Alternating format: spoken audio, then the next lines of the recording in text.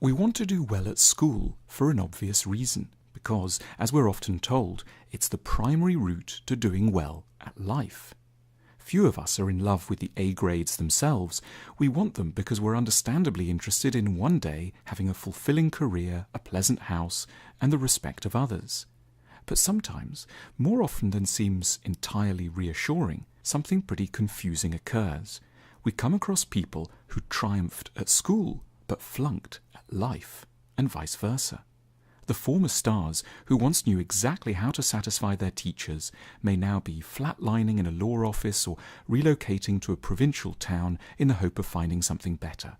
The path that seemed guaranteed to lead to success has run into the sand. We shouldn't actually be surprised. School curricula are not designed by people who necessarily have much experience of or talent at the world beyond. School curricula are not reverse engineered from fulfilled adult lives in the here and now. They were intellectually influenced by all kinds of slightly random forces over hundreds of years of evolution, shaped by, among other things, the curricula of medieval monasteries, the ideas of some 19th century German educationalists, and the concerns of aristocratic court societies. This helps to explain the many bad habits that schools can inculcate. They suggest that the most important things are already known, that what is all that could be. They can't help but warn us about the dangers of originality. They want us to put up our hands and wait to be asked. They want us to keep asking other people for permission. They teach us to deliver on rather than change expectations. They teach us to redeploy ideas rather than originate them. They teach us to respect people in authority rather than imagine that, in rather inspiring ways, no one actually knows quite what's going on.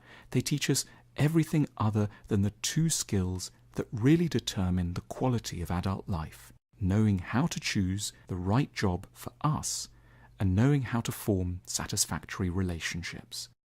They'll instruct us in Latin and how to measure the circumference of a circle long before they teach us these core subjects: work and love. That said, it isn't that all we need to do to succeed at life is flunk school. A good life requires us to do two very tricky things: be a very good boy or girl for 20 years and simultaneously never really believe blindly in the long-term validity or seriousness of what we're being asked to study. We need to be outwardly entirely obedient while inwardly, intelligently, and unashamedly rebellious. But I think, like most parents, I had really focused on two things. I focused on how my kids were doing, what grades they were getting, and I focused on how much they were doing. Were they buckling down and doing their homework? But I never had stepped back and said, what are they doing? Let alone, how does it relate to life? So I made a great big sheet. I divided it into two columns, and I said, over here, I'm going to track things they're doing in school that help prepare them for life. And over here, I'm going to track things that are irrelevant. And I'm just going to pay attention and watch this over a matter of days or weeks or months and see what pattern emerges. And a bit to my surprise, the column on the right, the irrelevant column, was full and then some in less than a week. And when I say the names of things that were on it, you will immediately associate them with school. And the reason is because that's the only place you ever use them. Things like factoring polynomials or gerunds or Coulomb's law. The left, the column of what's preparing kids for life. I was doing my very best to give things a benefit of the doubt, but that column remained stubbornly empty.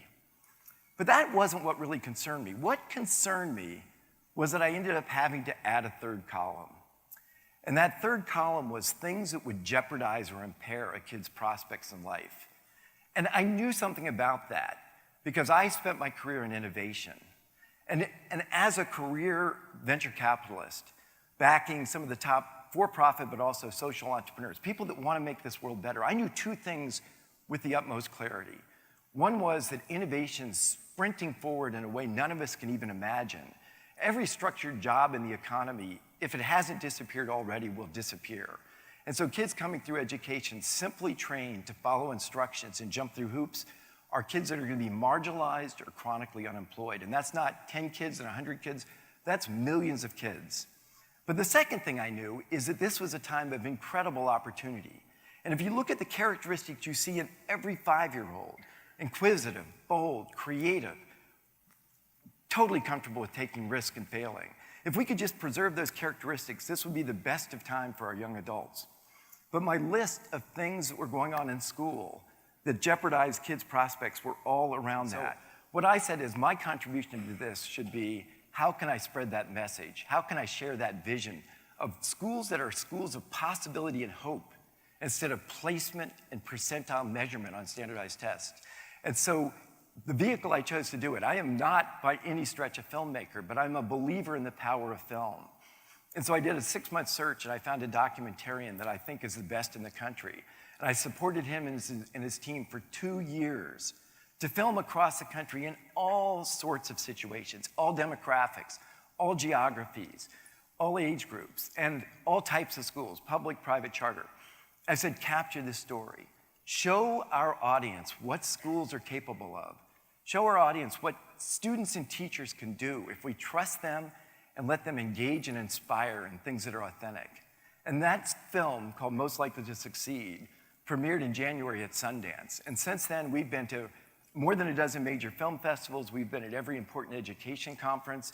We've had more than 1,000 schools request that film. Because when you're there, and I've been to 50 of these Q&As now, the response of an audience when they see school situations that are aligned with life preparation, they are so enthusiastic and so committed.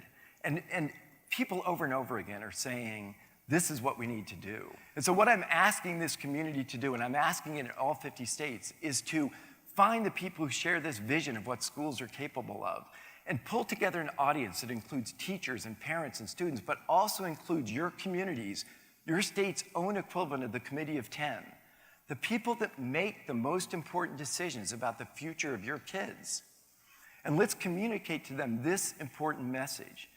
Our country is the most innovative and determined on the face of the planet in a time that begs for those skills.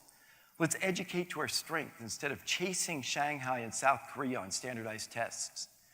Let's change the center of the universe in education from accountability and failed test measures and make the center of education be inspiration and engagement and trust and purpose. And let's carry the message forward to all schools that what we want you to do is to prepare our kids for life.